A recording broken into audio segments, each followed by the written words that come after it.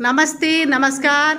आज सुरक्षित शनिवार है और अप्रैल माह का ये 5वां शनिवार है और हर 5वें शनिवार को, महीने के 5वें शनिवार को हम लोग जो है हमारा विषय होता है स्वच्छता एवं साफ सफाई।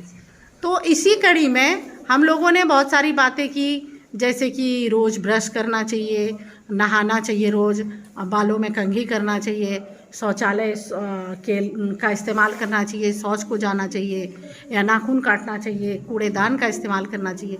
बहुत सारी बातें हमने सीखी और कोरोना काल में हमने ये सीखा, खास करके हमें करना तो पहले से ही चाहिए था और हमेशा करना चाहिए, लेकिन कोरोना काल में हमने हाथ धुलाई का महत्व अधिक समझा। तो हम लोग जो है हाथ धोने के तरीके होते हैं, अगर आप हाथ धोने के उन तरीकों का इस्तेमाल करते हैं तो आपका हाथ पूरी तरह से साफ और स्वच्छ हो जाता है, यानी कि कीटाणु मुक्त हो जाता है। फिर आप खाना खाने के लिए या कोई भी और काम करने के लिए जो है सही है। और हाथ धुलाई के 6 चरण होते हैं और हाथ को पूरे 20 सेकंड तक हमें धोते रहना चाहिए। 20 सेकंड तक धोते हैं तो जो है साबुन हमारे हाथ के कीटाणु को मार देता है। तो हाथ धुलाई के सही क्रम क्या है, ये जो है कैसे हमें धोना चाहिए, इसके बारे में हमें हमारे बाल प्रेरक और आपदा मंत्री और जो है मीना मंत्री सभी साथ में आप लोगों को बताने वाले हैं। आप लोग देखिएगा और ऐसे ही करने का प्रयास कीजिएगा। आज का विषय क्या है?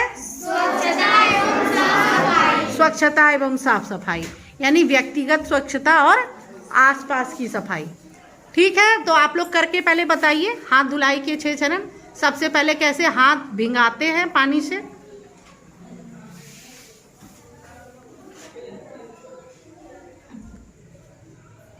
फिर इन्होंने साबुन लिया, वेरी गुड।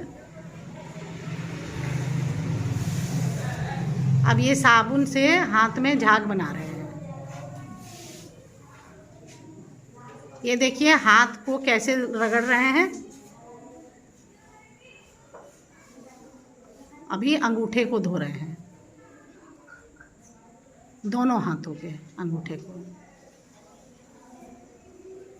फिर नाखूनों को, इसीलिए नाखून साफ रखना बहुत ज़रूरी है, नाखून कटा हुआ होना बहुत ज़रूरी है, क्योंकि नाखून में भी गंदगी होती है।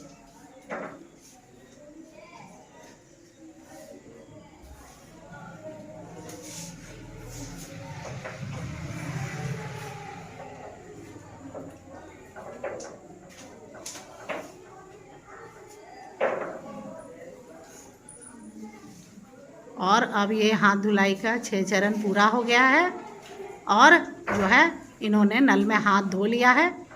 अब जो हम हाथ धो चुके हैं तो अब हम किसी गंदी चीज़ को नहीं छुएंगे और हमारा हाथ स्वच्छ है तो हम खाने के लिए या अपनी आँखों को छूने के लिए, चेहरे को छूने के लिए तैयार हैं।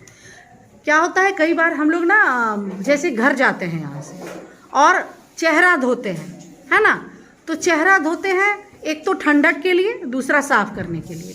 लेकिन अगर हम गंदे हाथों से साफ़ करेंगे तो क्या वो हमारा चेहरा साफ़ होगा? नहीं।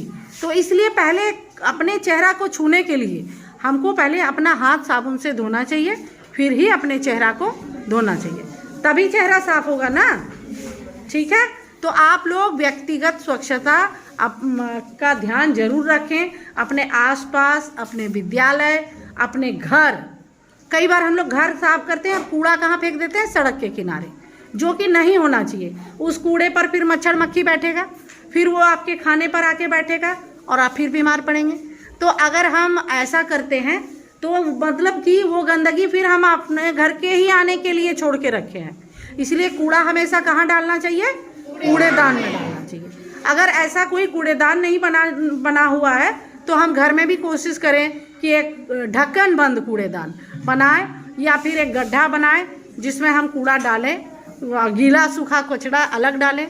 जो कचरा की जैसे खाना, जो भोजन बचता है और जैसे कागज़ है, जैसे सब्जी का छिलका है या गोबर है, ये सारा क्या होता है ना, फिर से खाद के रूप में हम इसका इस्तेमाल कर सकते हैं, यानी रिसाइकल कर सकते हैं, पुनः निर्माण कर सकते हैं। लेकिन कुछ कचरा ऐसा होता है जिसको हम फिर से बना नहीं सकते हैं, यानी वो कचरा जीवन भर पृथ्वी पर रहता है और फिर नष्ट नहीं होता है।